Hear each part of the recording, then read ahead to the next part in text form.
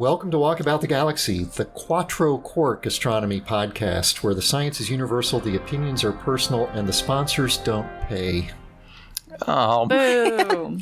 But one day, I just was checking the books, and I was like, "Wait a minute!" Going through. Wait a minute. Where are receipts for these things? We are Strange Charm up and top the Astroquarks, also known as Josh Caldwell, Addie Dove, Hannah Sargent, and Jim Cooney. Coming to you from the Walkabout studio at the University of Central Florida. Remember to subscribe to us on all platforms, including YouTube, Facebook, Twitter, and Instagram.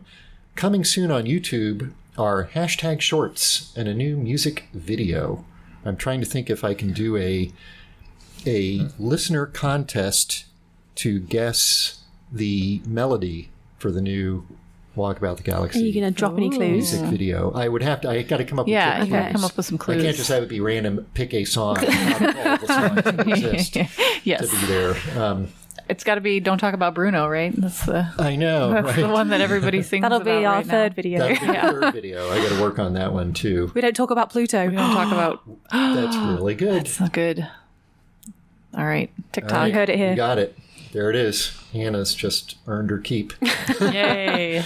We are also at www.walkaboutthegalaxy.com, where you can see how to order a Walkabout shirt and support STEM education at the same time.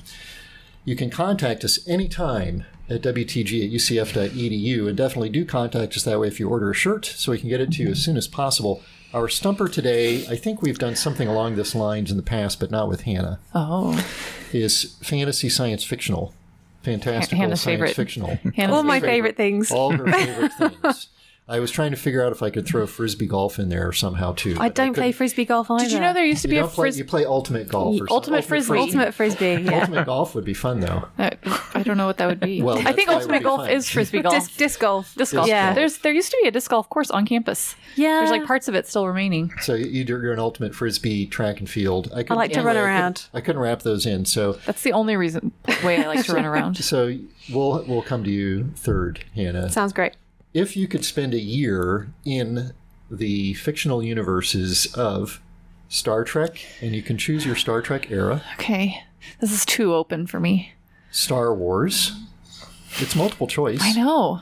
Lord of the many Rings. She's having a panic attack. Lord of the Rings, Marvel Cinematic Universe, or, and this is for you, Hannah, Doctor Who. Never seen it.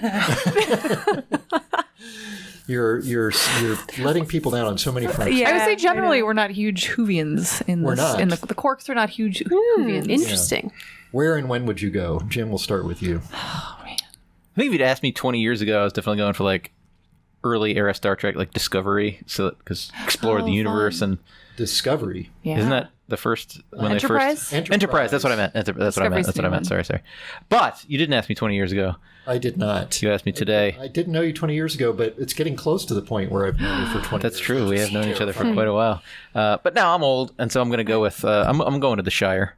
That was my answer. You can answer the same thing. It's a Stumper. okay. Hannah. Yeah. I'm going to the, and I'm the going only one to she's marry heard of. Rosie, and Sorry, Is Zoe. Rosie She was Samwise's Sam's lady friend. yeah, lady friend. Okay. yeah. Wife. I guess I shouldn't leave think Beauty eventually- Cork behind, but No. Beauty Cork, by the way, is now looking more like Hippo Cork, and and therefore I think this is my last week on the podcast for a little while, For a a little month, while. a month or two. Wow. So And if she'll have you back after those comments. Yeah. First, you called her a hippo cork and then said you're not bringing her with you to the Shire. I did say all We those did things. have a I'm going to go off and live in a hobbit hole with some other one. we did have a quasi Lord of the Rings theme for the baby shower. That's true. Okay, well, so the Shire and a hobbit hole for you. And Hannah, also the Shire. Also the Shire, because one, I've heard of it. Two, it sounds just very calm and it has a happy sort and of sweet. English- it's a very- Old England vibe, but Yes. also New Zealand is beautiful. It's true. And the only issue is I'm kind of tall. I was going to ask you. You'd be like Gandalf. I Fair. would be like Gandalf turning up at the Shire. So wouldn't fit apart in from any of the that, houses. yeah, that's problematic. But you could build your own. Maybe in the Elven. Yeah, Like- you'd be in the Elven yes. thing. Yeah. We'd fit Yeah. You well. would definitely fit Yeah. in there. Yeah, I'll do that. Galadriel. thing. Yeah, going. they have tiaras and Cosplay things. costume. Yeah. We were talking about cosplay Yes. costumes yesterday Yeah. for There MegaCon you and go. Dragon Con. So you yeah. have to go to MegaCon as Gladriel. Settled. Sold. Done. Addie, where would you go? I think I'm going to answer the MCU Oh.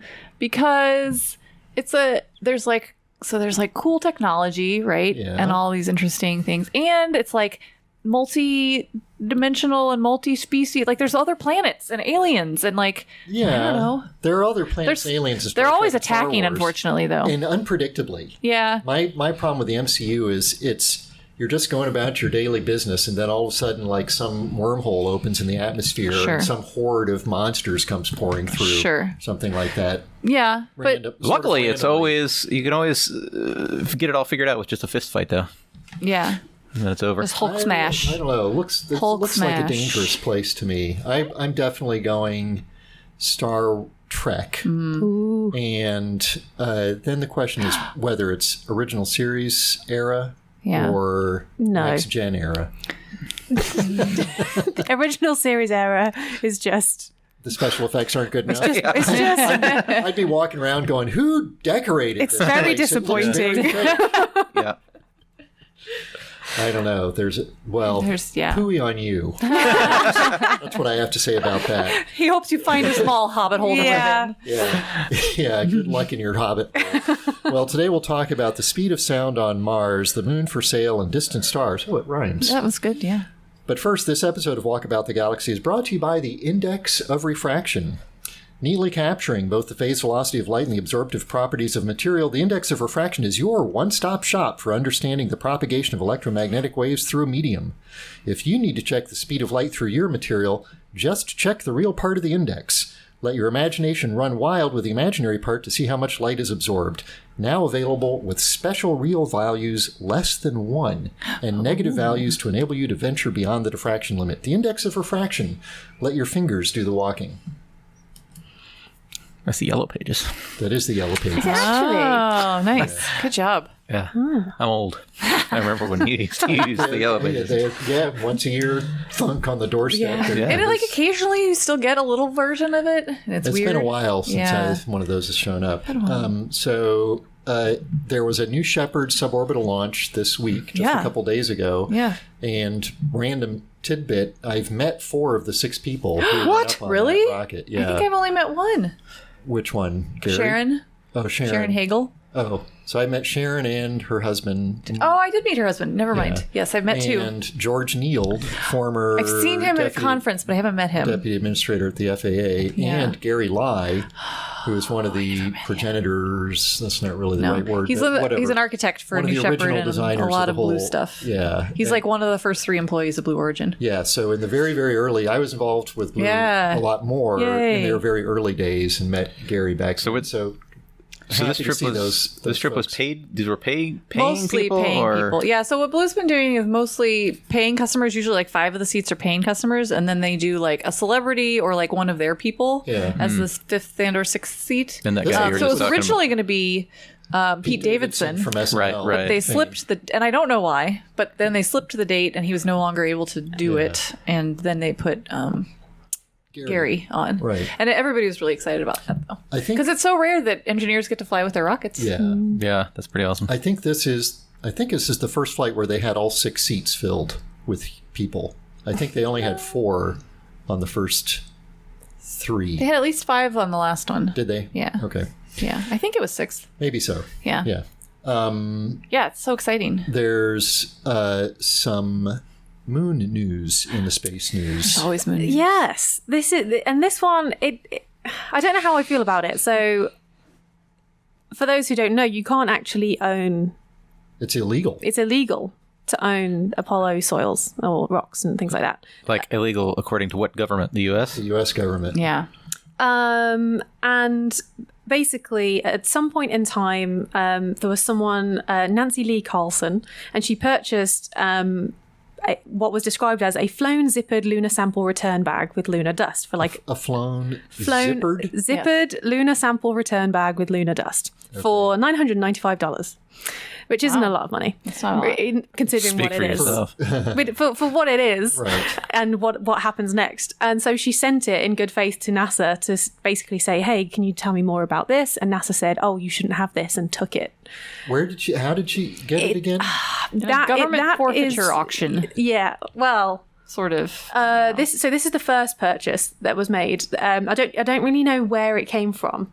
Some sort of accidentally slipped through NASA's fingers Somehow- into some government auction. Yeah. So she ended up with this bag, sent it to NASA. They were like, "Oh, you shouldn't have this. This belongs to the American people and should be put on public display." Eventually, NASA lost track of this bag and ended up in possession of somebody else at a space museum in Kansas. Oh gosh. At the Cosmosphere? And then he was then convicted of selling stolen artifacts.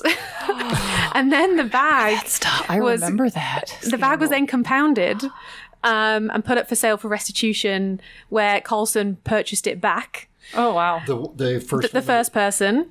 And then they went on to sue NASA for wrongful seizure of property, and NASA lost. And now... So they won, in other words. Yeah, so the private citizen won, and now that bag... Oh, and then some dust samples from that bag have basically been analysed. They've been put on these little stubs that we use to look at them under a scanning electron microscope. And those small stubs, so there's probably a handful of grains in there, not a lot. And those stubs are for sale, and they could go... for a lot. I'm trying to find out what the value is that they're anticipating. But yes, anyway, so these are now 800,000 to 1.2 million. What? For a few grains. Mm-hmm. And this will be the first time, like, I guess officially that this will you can buy purchase lunar samples. soils. Yeah. And there's some of the first they think that there's some of the like samples from the first scoops that they got on the surface, so on Apollo 11. So it's called the contingency sample. So these are the first thing you do. You get off the pick something thing, up, toss it in the trunk, throw it in a bag, right? Just in case there's an emergency, you can run. You've got a bag of sand or moon dust, as we like to call it. Wow. Yeah, and so it was these dust grains from that bag. Wow. Amazing. Are you bidding? Yeah. Yes, yeah, sure. We'll use all our sponsor money to make that bid. Yes, the sponsors, darn it. Oh man, I should have been remember checking that. them. Yeah. So I worked at the Cosmosphere. So I'm from Kansas, and I worked at the Cosmosphere when I was younger. I worked at Space Camp. I attended and then worked. You were that Nerd. kid. It was so great. And you were not that kid. I wasn't that kid. Space Camp is so great. Yeah. But I remember when, so this guy had like been selling stuff he was the former director of the museum. He had been like selling stuff sort of for years, and he said he was innocent. It was like he mixed up some of his personal and private stuff, but they like found It's my stuff in his lunch bag. garage. It was super sketch. Yeah. Wow. Amazing. Their news, there's a new, speaking of the MCU, which is where Addie wants to move, or spend a year. Yeah, spend a year. Moon Knight. Maybe, we maybe saw the the year would first be like in episode of that. between alien attacks. Okay, if you can choose, you could like go back. I could live in Wakanda. Period. I could live in Wakanda. It would be cool. Yeah, they had some. Sure, it's a peaceful year. I'm there. Okay. It's fine. All right. Moon Knight, starring Oscar Isaacs, Right. which I feel like is a show we should watch because it's called Moon Knight. Maybe Yes. we'll watch it in recovery from Moonfall. It's a good idea. Right. Yeah. Which we gotta get on that. He seems like some sort of mummy. I don't know anything about Moon Knight. Beauty Cork and I watched the first episode, did you? and because she's in love with Oscar Isaacson, Reasonable. and is it Isaacson? Isaacs. Or Isaac. Isaacs. Yeah. I couldn't follow it. I didn't know it was going. I'm not interesting. smart enough for it or something. I don't know. It was. That's often Josh's complaint about MCU movies. is he has trouble following them. They don't stick in my head for some reason, and so my daughter is easily exasperated by me saying, "Who is that person again? Why is that person's power? Where did they come from?" Yeah, you She's have like, to be in it. Watch that movie. Or you And just I watch said, it and enjoy it. I do. Okay. But then I'm like, just since we're texting, I'm like, "Hey, who is that?" And she's like, "Would you just watch The Winter Soldier?" I'm like, "I did watch it." It was more than yesterday, though, so I don't remember. There was snow. That's like Eric. Like Captain America was in it, I think, or something. I don't know. Eric remembers somehow every detail from every movie ever in existence. Yeah. And I would have watched it a week ago and don't remember most of the details. So Okay. Well, I have no good segue from that to. I was going to have another. SLS is still on the pad. It's cleared for tanking. Yeah. I went to go see. Yeah. Yeah. It was great. You went I down haven't gone there out and there saw yet. the big rocket on the big pad. So I saw the big rocket. I went from the Apollo Saturn V Visitor Center, Center. and Oh, I looked nice. from there. Yeah. And then they're doing a close-up, like ticketed opportunity for like a photo op. Yeah. So a few of us have got tickets to go do that. You're going back to do So, that. you Yeah. know what's some BS? What? What is? It's the fact that Hannah can't just go there and go right up to the rocket. She's an astronomer who works on moon stuff. I mean, none You of us, guys none should of us also can do that. right. You should all get to do it. Eh. Well, Everybody who is you No. guys, yes, Even if I wanted to, I'm too foreign, so they won't let me. that's true. also You are Also, foreign. I am there a are risk. But an American version of you should be able Lots to of go right yes. up to that thing, there are lots of astronomers who work on moon stuff. and they should be able to go up there, Okay. right Well, up to the thing. Yeah. Why Yeah, not? up to it. Can you tell them that? Because I'd To love be to. fair, I'm gonna to be call fair, when my CubeSat launched, it was on a Delta 4. Shoot. 6-8. It was on a rocket, Delta rocket, and we were able to like go onto the launch pad and like go up on the tower and basically like touch it. Yeah, That's yeah. pretty crazy. That's what you should get to do. But that's very uncommon in terms of like, especially for the big ones at Kennedy. Yeah. It's the danger zone, Jim. Yeah. Danger. zone. Yeah. But if she wants to do it and put herself at risk, she should be able to. Okay. Thank you. Yeah. Well, what if she But puts a you rocket can't. at risk? But you can't anyway. So. Yeah. But looking forward to seeing those pictures. Yeah. Space Launch System, I don't believe they set a new date or a specific I haven't- no. launch date. No. They won't until they finish the wet Yes. dress rehearsal and see how everything Yes. goes on. Yeah. There. There was just a SpaceX launch like half an hour ago Mm-hmm. of some, and before we do, maybe this will be closer to our next recording, but the next SpaceX crewed mission is April 6th, currently slated Is for that April 6th. crew or tourists? It's- Because they have a tourist flight it's, going up there. Private astronauts. Okay, it's yes. the tourists. Yes. Yeah. Okay. But it's going to station. Right. Yeah. But they don't have any work to do there. Yeah, but like some of the capsules, some of the SpaceX ones are sort of going up and hanging out Right. and coming back. This No, I one's know, actually yeah. going to station. Yeah. Let us work our way out, as we frequently do. Next stop from the moon and SLS would be Mars. And there's Moon to Mars. we've got multiple spacecraft on and orbiting Mars. Yep. And Mars has a little wispy atmosphere. Yeah. Barely an Pretty atmosphere. tenuous, mostly CO2, a fraction of the density of our atmosphere here on Earth. And they've been doing some sound tests. Sound tests. Some sound tests. Yeah. They've Like been they're going check, check. well, check. Basically, they've been going sibilance. zap, zap, zap, zap. Yeah. Lasers. And the helicopter's been flying around. Yes. Yeah. And they've been listening in. So they've got a microphone on Perseverance, and they've been performing basically making noise and then seeing how long it takes for that noise to reach the microphone. They're And what it sounds like And yeah. and like what frequencies it is. they're making noise in a sort of controlled way. And Yes. obviously, as it's sort of driving around, the gravel is crunching underneath the wheels. Which or they do whatever. also record. Right. But they're doing some pinging, and are they using A laser. lasers? Yeah, That wasn't yeah. just a joke. No, they actually are. But that's Okay. for a science instrument, but they also listen at the same time. So how does a laser make a sound? It zaps a rock. It's Zaps more a like rock, and there's just a little. it's not actually a pew pew sound or a zap Okay, zap yeah. sound. It's a So it's the little instantaneous sort of singeing, I guess, of the as rock it burns surface. up the little rock. Okay, that it's and so hitting. they're hearing these little. They're hearing these, Yeah. and they're able to try and determine the speed of sound on Mars. But the thing is, the speed of sound is actually variable on Mars, which is kind of cool. So the speed of sound usually depends on pressure, density, temperature, Yep. and Which is it changes quite a lot on Mars because any like wind gusts or temperature variations, it's causing quite rapid changes in that atmosphere. maybe sort of large on a percentage basis. Yeah. Yeah, Like as the a wind- percentage. Yeah. The wind on the Earth or weather on the Earth changes it by a percent, but since the Mars atmosphere is only 1% of the Earth's to begin with, It's a much bigger. it's like 100% change Yeah. in the density or something locally. Yeah, and we're talking here about sort of that upper 2 meters, or 2 meters above the surface. surface. Yeah. But one of the other interesting features is that the speed of sound changes depending on the frequency. yeah. Okay. So if you make a low noise, it travels slower Yeah. than the higher noises. So they're saying, so if you have an orchestra on Mars out in the open, you'll As hear one does. as one does. Yes, we're working on that. You'll hear the higher frequencies sooner than you will How much the lower sooner? frequencies. I think was it an extra 10 meters per second?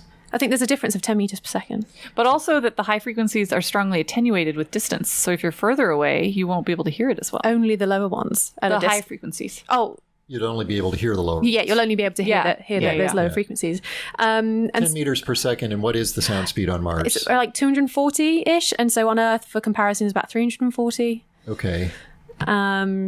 So a little bit slower. So if you were playing baseball on Mars, the lag between seeing the bat hit the ball and then hearing the pop would be 30% longer. So when you've got your orchestra next to your baseball field on the we're Martian planning Oh, surface. the organ. The organ. At the Oh yeah, baseball the field. do do do do. So and it's interesting, one, because then you can write really cool sci-fi stories based on this interesting fact.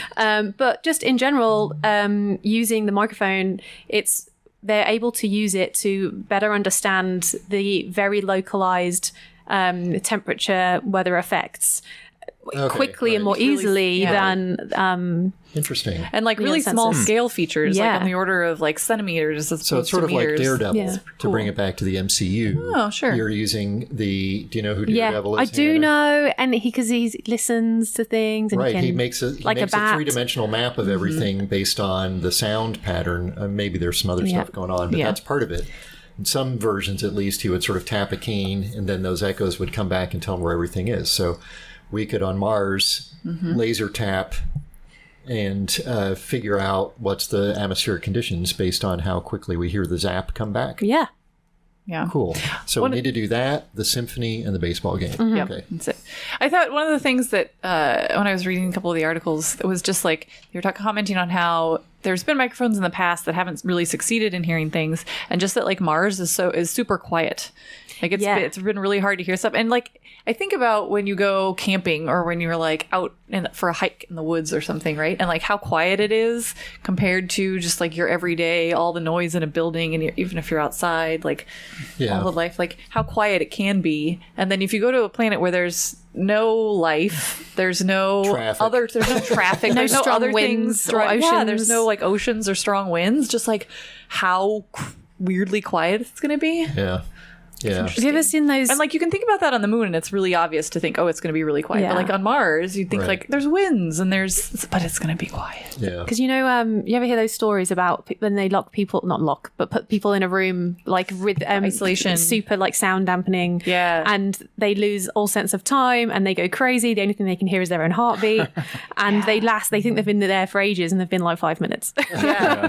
Yeah. So Well, there are isolation chambers where people supposedly go to have a good time. I mean, not a good time. it's not very isolated. Not that kind of good time, but they go for a relaxation where Yeah. you're in you're in a high salinity bath at Yeah. body temperature, and it's dark and everything. Or maybe they play some music. There's like you have headphones on or something, and there's With like some, probably like, water some noise, nice and there's noises music or something. Yeah, maybe it would be terrifying if you just removed that auditory component. Yeah, don't I think know. that was like in early astronaut But at the testing. same There was something time, like that. those who are hearing impaired, there seem to be, Yeah. living their best lives. So But even like on the space station, you've got like the low, like just machinery, just the humming Noises all the noises. time, yeah. But yeah, the idea of just that silence the is fans whirring and unreal. everything. Well, speaking of the propagation of waves, Yes. and our sponsor was the index of refraction, which deals with the propagation of light waves. Our trivia has to do with the index of refraction for light, Okay. which the index of refraction is most generally a complex number, meaning it has two parts, a real part and an imaginary part. It's just a the lot real of part. emotions. It's got a lot of. It's just the real part we're going to be complex. talking about. Okay. So the real part, the index of refraction is basically the ratio of the phase velocity of light in a vacuum. In a vacuum divided by the phase velocity of the light. You lost in the me. material. I'm sorry. What? Think of a vacuum, the index of refraction is 1. If the index of refraction is bigger than 1, light is traveling slower through that material. So it's the extent that it gets it gets slowed down. The propagation of the light actually gets slowed down, and it relates to what is the angle by which the light will be refracted as it passes the boundary from one material to another. So, and if you look at a pool or a bathtub or something and you stick a pole in it, it looks bent. That's because the light is traveling at a different speed in the water than in the air, and when it crosses that boundary, it changes direction. I now remember I've taught that class. The frequency. So the question is... Go ahead. No, the frequency? go ahead. What's the frequency? Go ahead and ask the question. Okay. The question has a couple of parts. What?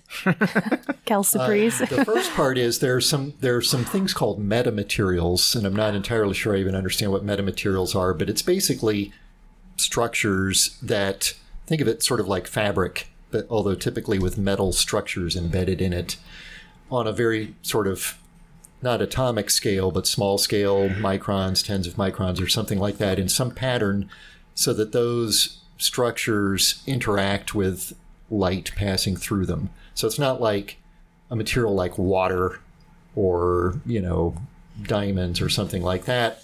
So anyway, they're constructed materials, if you wish, from multiple different individual components. A metamaterial created by Bum Ki Min of the Korean Advanced Institute for Science about 10 years ago, I believe, set the record for the largest index of refraction. Ooh.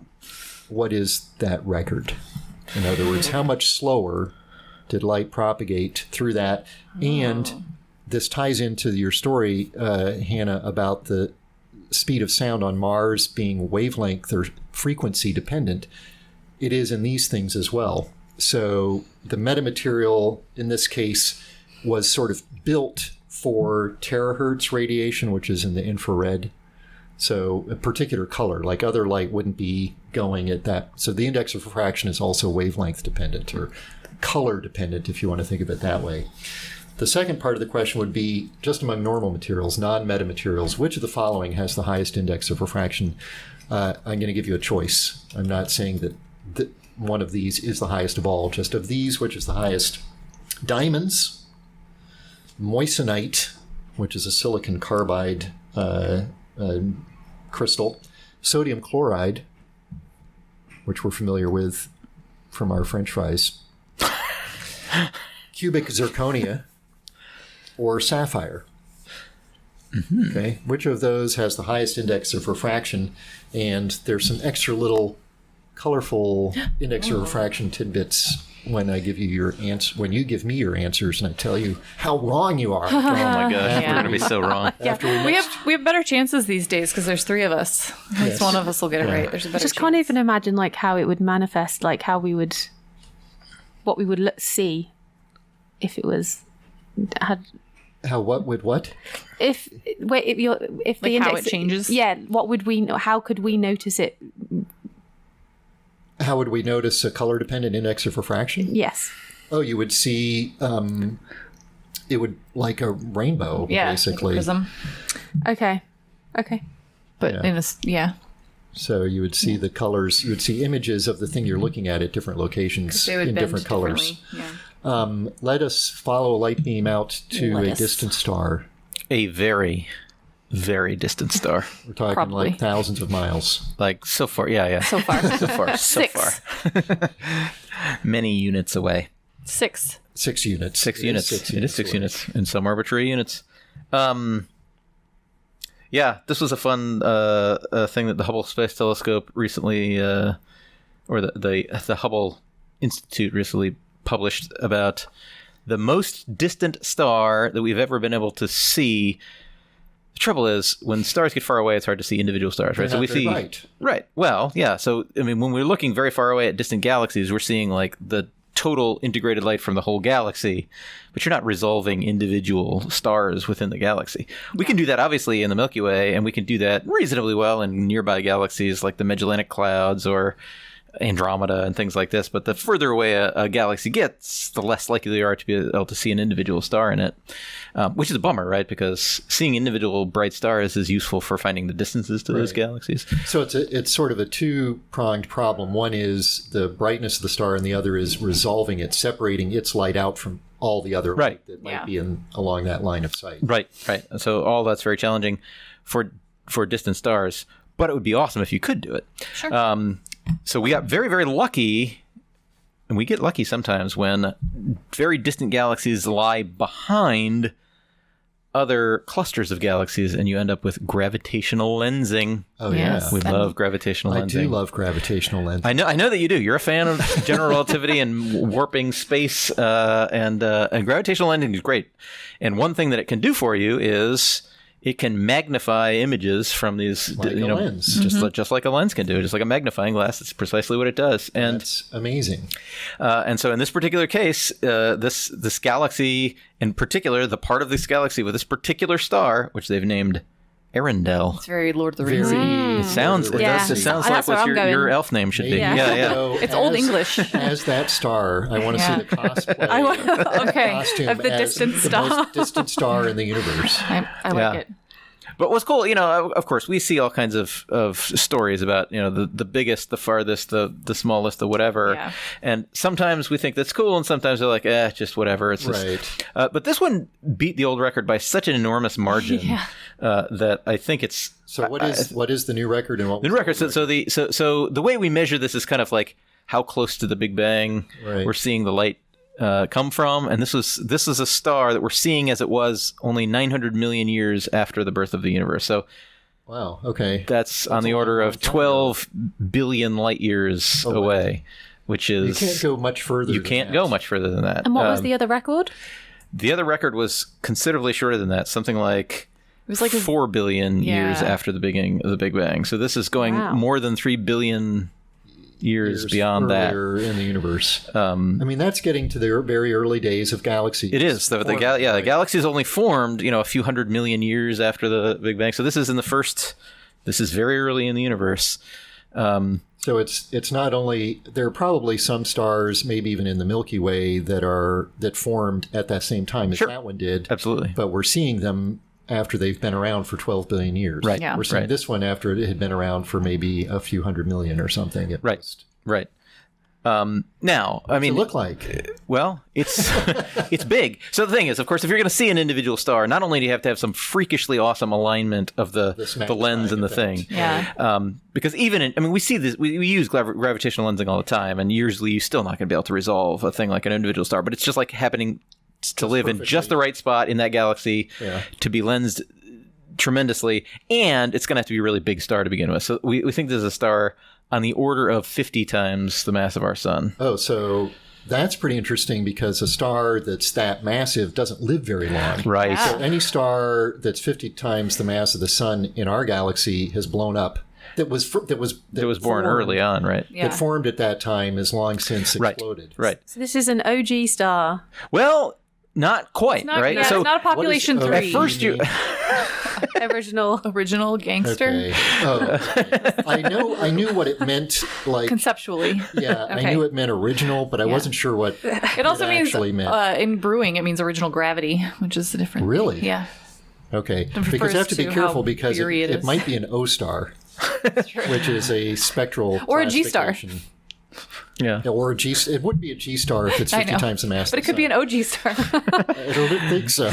Well, in any event, I remember we've talked in It's the a big, podcast. hot It's a big hot star, Or maybe but, 2 stars. But because of probably- the thing that you just said, like at first I thought to myself when I heard this, I was like, "Oh, this is exciting! This is going to be one of the legendary Pop 3. population not 3 a pop stars, 3 like star. the original stars that The formed OG with." stars. And the way we do that, there's population 1 and 2, and these basically just have to do with how many heavier elements are in them. Population 1 stars are metal rich, so they have lots of Things heavy. that are And by metals, we of course just mean anything bigger than helium. Astronomers.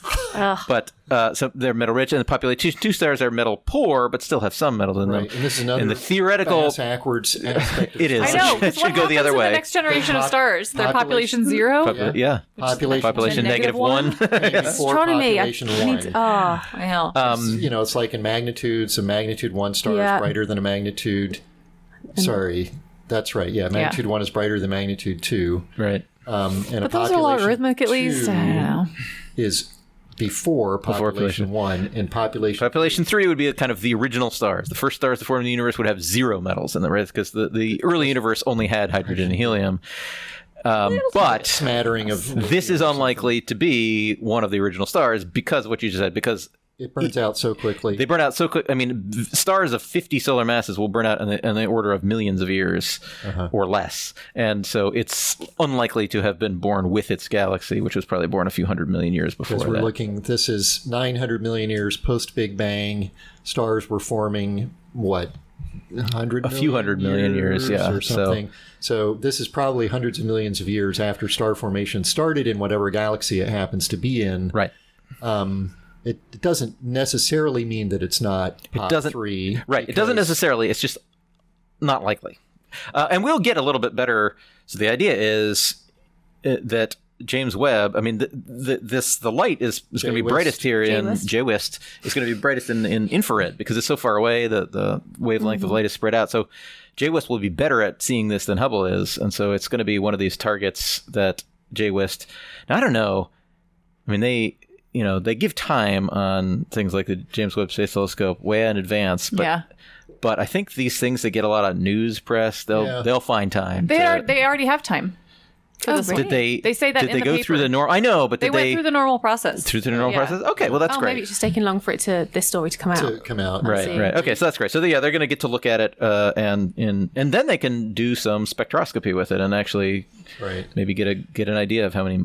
But it is also true that the telescope allocation committee typically reserves some time to discretionary time address late-breaking time-critical events that people don't know about 3 years before when they were writing proposals to make observations. Right. This one is actually unclear whether it's how time-sensitive it is. I mean, normally when we think of things that far away, I think there's no way they change in our lifetime. But like the arrangement of this lens is so precise.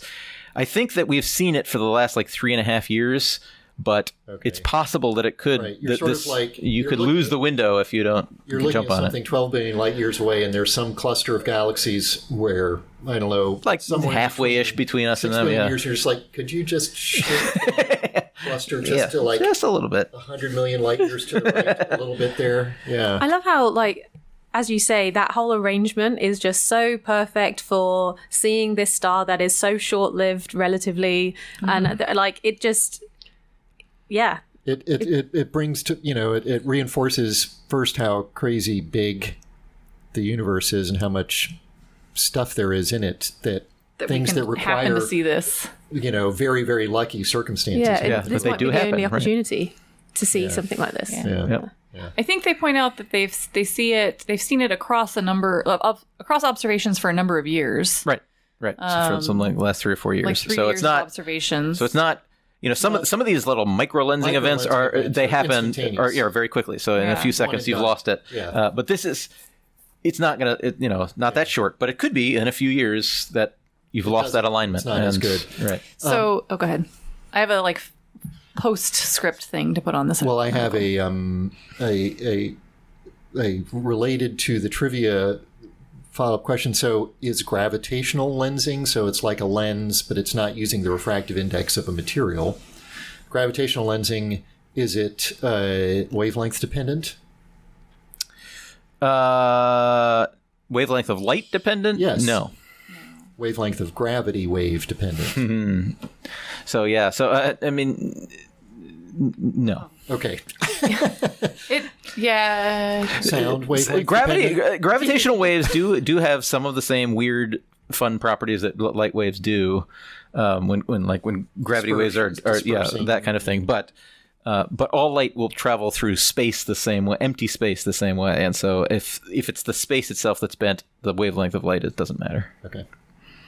Ready? So my postscript on this is that there's been quite a bit of commentary on the internet about. So Nature now publishes the peer reviews of papers. Ooh, I've seen this. And so the peer review process is the gold standard in. Really? Did not know this. This Yeah, is I didn't bad. either until this. So it's now like the gold standard process, or is how we review things, right? So other This is people how have looked at science this works paper. in society today. Yeah, and if it passes muster of the reviewers, then it gets published. And like sometimes you get a nasty review, sometimes you get good reviews, but there's always a reviewer number 2 who's a jerk. Right? And That's the job of reviewer number 2. there's even like a Twitter account of like reviewer number 2. Anyway, Really? but reviewer number 2 on this paper is an absolute jerk. Yeah, really lived up to the Really lived up to expectation. the expectations, because it was like he just makes some comments about how it's unprofessional. You can't just name a star because they name it this clever right. name, and just like it's such an unprofessional peer review, and like Wow. people are going crazy on like why if a review is this bad, how did it get published? But probably because a lot of it was crap, right? They don't publish like the responses to the reviews or anything. It's just the initial reviews. Interesting. But they're published, so you can read them now. That's interesting. I think it's great because like it actually shows how the process is happening. Yeah. Wow. But we don't know who it is. But you don't know who Yeah. the reviewer is. Yeah. Sometimes you can figure it out by like, you didn't cite my papers. Yeah. But, I think they do redact a little bit before they post them, but yeah. Interesting. Yeah. Wow. Okay. Well, let's see what you think about refractive indices of light through materials, not through gravitational lenses. So our first question is, for this particular metamaterial, I'll give you, this isn't going to help you with your guesses, but I'll just tell you that the metamaterial that has the record for the largest index of refraction had gold and aluminum inserts, that some weird sort of structure of boxes and rooms and things like that for the light to sort of percolate through, made of gold and aluminum, that were sort of 60 micron scale. And the measurement was at like terahertz, I think I mentioned. So how big was that index of refraction, the world record for largest index of refraction, meaning slowest speed of light propagating through that material? I'm like completely blanking on other indices of refraction. For Well, things. I'll give you a reference point. Don't give her a reference point. Oh, Jim, all right, really- Jim, you go Jim first wants- then. Oh, don't get me wrong. I'm going to get this very wrong, too. I'm just saying. So I you're can asking give for a let speed? me give a reference point. Let me give a reference point. All right. Water is 1.33. Okay, yeah, I knew that one. Well, there you go. You had a reference point. Okay. Sorry, I did have a reference Water is point. 1.33. which Glass is one. Oh, I which didn't is even know that. interesting, right? I mean, light Yes. travels through water a third slower than it does through. Yeah. So the higher Yeah. the refractive index, the slower it moves. Yes. Okay. So, which in principle you wouldn't expect to ever see at a refractive index below 1. For some technical reasons that we won't talk about, you can have one below 1. 3. 18. I was going to say 2.5. Hannah continues her remarkable streak of winning trivia on Walkabout the Galaxy. 38.6. That's nuts. Yes. Whoa. That light Yes. is crawling. Yes, 38.6. So there's What? my Irish tie-in for this, Hannah, since you're Irish heritage and She's Irish. got the trivia, is there's a story, a science fiction story called Light of Other Days by Irish writer Bob Shaw. It was a short story written in 1966. One was at least nominated for a lot of the science fiction prestigious awards, that involves a fictional material called slow glass, a sheet of glass where the index fraction is so unrealistically large that it takes years for light to pass through the sheet of glass. So you put the sheet of glass, in front of some scene, and then years later you will see what was on the other side of that So you glass. can look back in time. Yes. So Wow. it's That's this Light fun. of Other Days. It's a kind of records the scene of Light Other Days. So it's a sort of, nice sort of poetic style. like that. Short story. It's actually inspired by a short story, Oft in the Stilly Night, about light of other, the light of other days around me. So Can I ask, so what that speed? would be a very, very high index of refraction. Yeah. So what speed are we talking with a refractive index of 38? 38, 1/38th of the speed of light. Oh, okay. which is still fast. So fast. But It's still way faster than the slow glass, because how Yeah. long does it take light to pass through a pane of glass? A tiny, tiny fraction of a second, and a year is 31 million seconds. So you're talking about, for that, the refractive index would be, 10 to the 15th, or maybe not that big, but 10 to the 12th or something Yeah. like that. So a very big number. Okay, the follow-on is, among the normal non-metamaterials, which of the following has the largest index of refraction? Diamonds, moissanite, which I may not be pronouncing correctly, All right. sodium chloride, cubic zirconia, or sapphire. I'm going with moissanite. I love moissanite. Yeah, that's what I got. My wife's wedding Is that ring what you're made wearing? out of Yeah, moissanite. nice. Oh. There's a moissanite sapphire. stone Yeah. in it. Yep. Sapphire. Sapphire. I don't think that's right. Just pick one. Sapphire. Jim gets this one. Nice. Yeah, I thought it might be. Yeah, because Those Moissanite's crystals super cool. are glittery. yeah. Yeah. The high index of refraction means the light 'Cause it's takes all sorts of multifaceted. funny paths through all those cuts that they put on the gem. So it sparkles because it's capturing light from lots of different directions and redirecting it to your eye and changing very quickly as the orientation of the stone. So diamonds is 2.4, moissanite 2.65. Sapphire is only 1.8. So Okay. only 1.8. Only one. Well then. Yes, well then. While it may have felt like waiting for light to pass through a pane of slow glass, it was just another episode of Walkabout the Galaxy. Give us 5 stars and we'll give you the universe. Be sure to follow us on Facebook and Instagram to get all our updates, and check out our website at walkaboutthegalaxy.com, which is relocated, but it should also be redirected, so it doesn't actually matter Perfect. if you're going there. Subscribe to our YouTube channel, Walkabout the Galaxy, and catch up on old episodes wherever you get your podcasts. Follow us on Twitter At walk_the_galaxy. and ask us questions anywhere using hashtag AskWTG. Our theme music was composed by Richard Drusik. Production assistance is provided by Logan Basinger. Thanks to our listeners in Germany and around the world. Stay safe. I'm Josh Caldwell. I'm Maddie Dove. I'm Hannah Sargent. And I'm Jim Cooney. We're the Astrocork, signing off until the next episode of Walkabout the Galaxy. Perhaps a topless episode. Bye, guys. Zap zap. Pew pew pew.